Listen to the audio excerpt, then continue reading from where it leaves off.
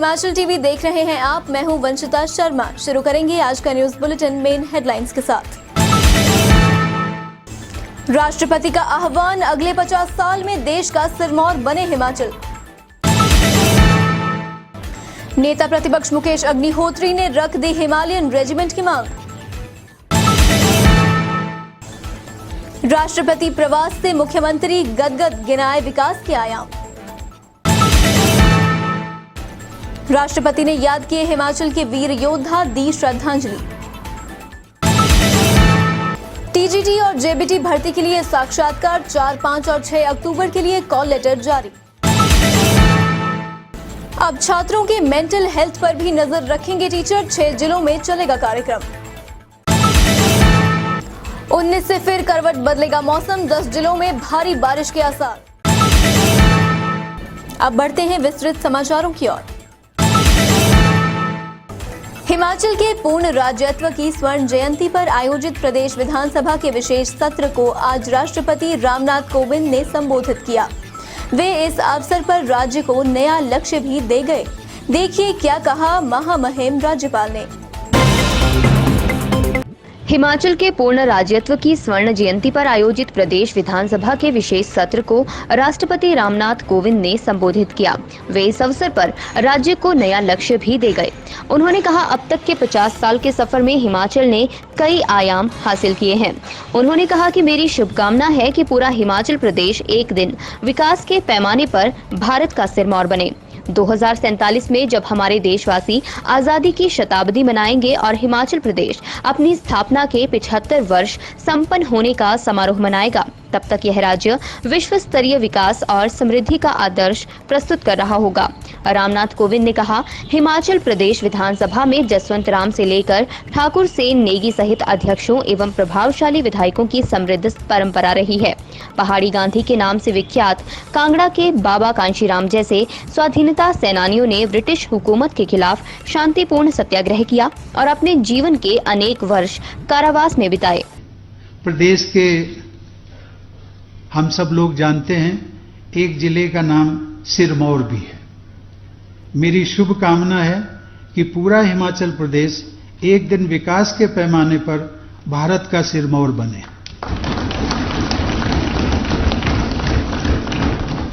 मुझे विश्वास है कि 2047 में जब हमारे देशवासी आजादी की शताब्दी मनाएंगे और हिमाचल प्रदेश अपनी स्थापना के 75 वर्ष संपन्न होने के समारोह मनाएगा, तब तक यह राज्य विश्व स्तरीय विकास और समृद्धि का आदर्श प्रस्तुत कर रहा होगा। राष्ट्रपति के सम्मान में दिए गए स्वागत भाषण में नेता प्रतिपक्ष मुकेश अग्निहोत्री ने हिमाचल के मुद्दे भी राष्ट्रपति के सामने उठा दिए। राष्ट्रपति क्योंकि देश की सेनाओं के सर्वोच्च कमांडर भी होते हैं, इसलिए नेता प्रतिपक्ष ने उनके सामने हिमालयन या हिमाचल रेजिमेंट की मांग उठा दी। राष्ट्रपति के सम्मान में दिए गए स्वागत भाषण में नेता प्रतिपक्ष मुकेश अग्निहोत्री ने हिमाचल के मुद्दे भी राष्ट्रपति के सामने उठा दिए। राष्ट्रपति क्योंकि देश की सेनाओं के सर्वोच्च कमांडर भी होते हैं, इसलिए नेता प्रतिपक्ष ने उनके सामने हिमालयन या हिमाचल रेजिमेंट की मांग उठा दी। मुकेश अग्निहोत्री ने कहा कि हिमाचल वीर भूमि है। देश का पहला परमवीर चक्र भी हिमाचल के सपूत मेजर सोमनाथ शर्मा को हासिल हुआ था। कारगिल युद्ध में कैप्टन विक्रम बत्रा, राइफलमैन संजय कुमार व पूर्व में मेजर धन सिंह थापा को परमवीर चक्र मिला है।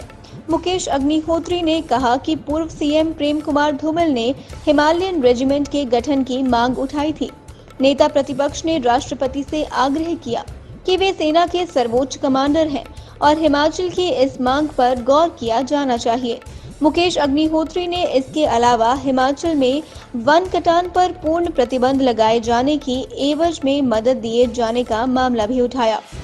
उन्होंने कहा कि भाखड़ा बांध व अन्य परियोजनाओं में हिमाचल के त्याग का प्रतिदान भी हिमाचल को मिल सकता है यदि राष्ट्रपति मामले में हस्तक्षेप करें।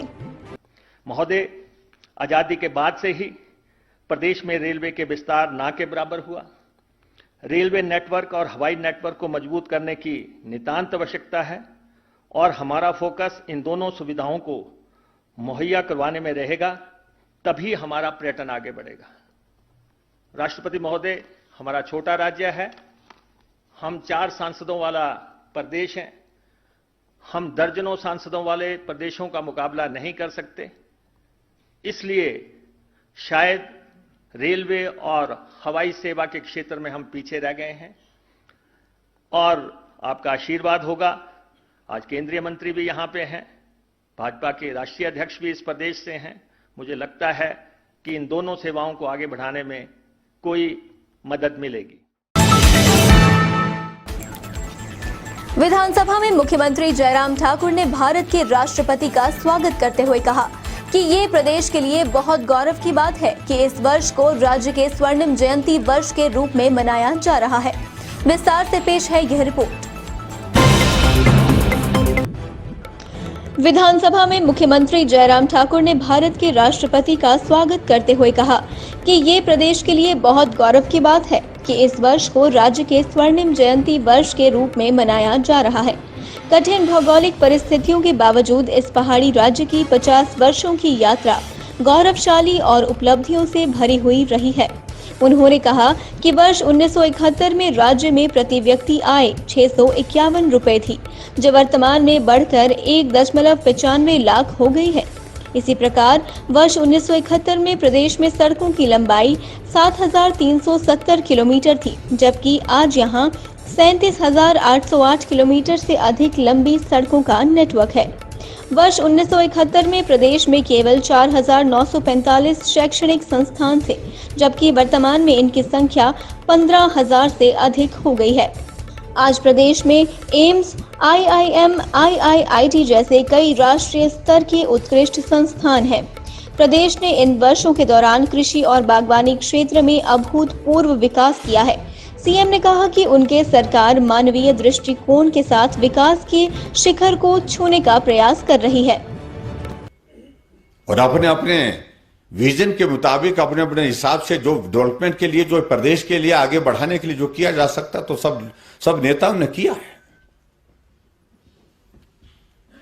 लेकिन इसके अतिरिक्त हम ये नेताओं को हम श्रेय लेने की हम बात कहें, उससे ज्यादा मुझे लगता है कि हमको ये डेडिकेट करना चाहिए हिमाचल के इस सफर में आज जिस मुकाम पर पहुंचे हैं, जिस मंजिल तक पहुंचे हैं, ये हिमाचल प्रदेश की जनता को डेडिकेट करना चाहिए कि उनके योगदान के बिना संभव नहीं था। उनका बहुत बड़ा योगदान रहा है, चाहे एक मजदूर रहा है, चाहे एक इंजीनियर रहा है, चाहे डॉक्टर रहा है, प्रोफेसर रहा है, टीचर रहा है, हर एक व्यक्ति का उसमें कॉन्ट्रीब्यूशन है। हर व्यक्ति अनुभव करे कि इस हिमाचल प्रदेश को यहां पहुंचाने में हमारा योगदान रहा है। हिमाचल के पूर्ण राज्यत्व की स्वर्ण जयंती पर आयोजित प्रदेश विधानसभा के विशेष सत्र को संबोधित करते हुए राष्ट्रपति रामनाथ कोविंद ने हिमाचल के वीर योद्धाओं को भी खूब याद किया। हिमाचल के पूर्ण राज्यत्व की स्वर्ण जयंती पर आयोजित प्रदेश विधानसभा के विशेष सत्र को संबोधित करते हुए राष्ट्रपति रामनाथ कोविंद ने हिमाचल के वीर योद्धाओं को भी खूब याद किया। हिमाचल प्रदेश के लगभग हर गांव के युवा भारतीय सेनाओं में अपनी सेवाएं प्रदान करते हैं। राज्य में भूतपूर्व सैनिकों की संख्या 1,20,000 से भी ज्यादा है। इस वीर भूमि से ब्रिटिश हुकूमत के विरुद्ध संघर्ष में प्राण न्यौछावर करने वाले राम सिंह पठानिया, देश के पहले परमवीर चक्र विजेता मेजर सोमनाथ शर्मा, कारगिल में शहीद हुए परमवीर चक्र से सम्मानित कैप्टन विक्रम बत्रा, परमवीर चक्र विजेता सूबेदार संजय कुमार और कारगिल के नायक शहीद कैप्टन सौरभ कालिया जैसे अनेक शूरवीरों ने पूरे देश का और हिमाचल प्रदेश का मस्तक ऊंचा किया है। राष्ट्रपति ने कहा, सैन्य बलों का सुप्रीम कमांडर होने के नाते कृतज्ञ राष्ट्र की तरफ से उन वीरों की पावन स्मृति को मैं नमन करता हूं। इस वीर भूमि से ब्रिटिश हुकूमत के विरुद्ध संघर्ष में प्राण न्यौछावर करने वाले राम सिंह पठानिया, देश के पहले परम वीर चक्र विजेता मेजर सोमनाथ शर्मा, कारगिल में शहीद हुए परम चक्र से सम्मानित कैप्टन विक्रम बत्रा, परमवीर चक्र विजेता सूबेदार संजय कुमार और कारगिल के नायक शहीद कैप्टन सौरभ कालिया जैसे अनेक शूरवीरों ने पूरे देश का और हिमाचल प्रदेश का मस्तक ऊंचा किया है।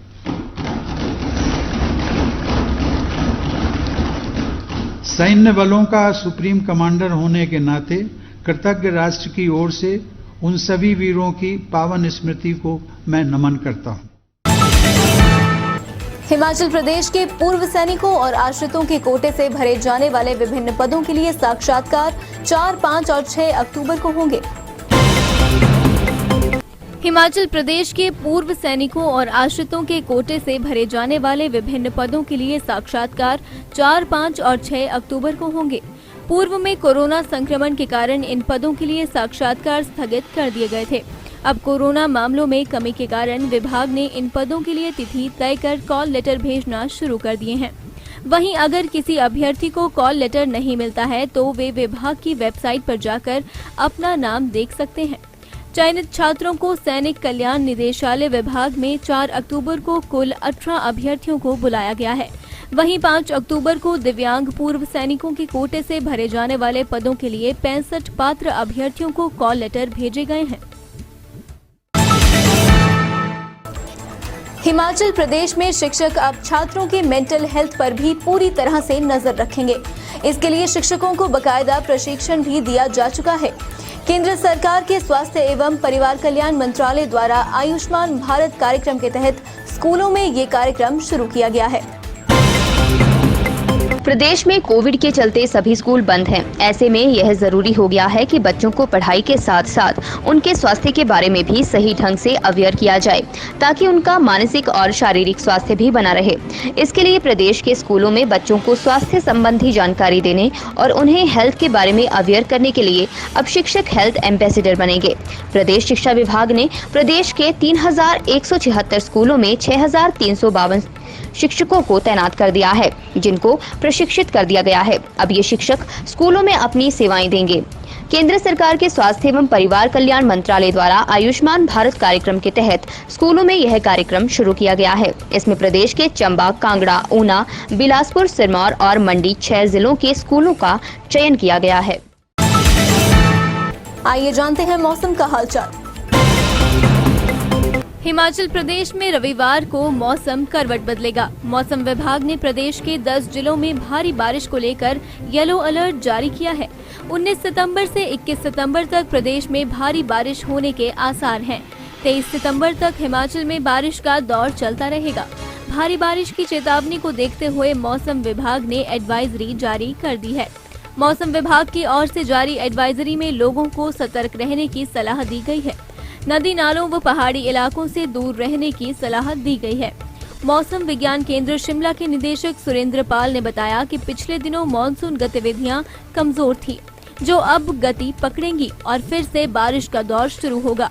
इस बीच शुक्रवार को राज्य के अधिकांश क्षेत्रों में मौसम के साफ रहने से लोगों ने राहत की सांस ली है।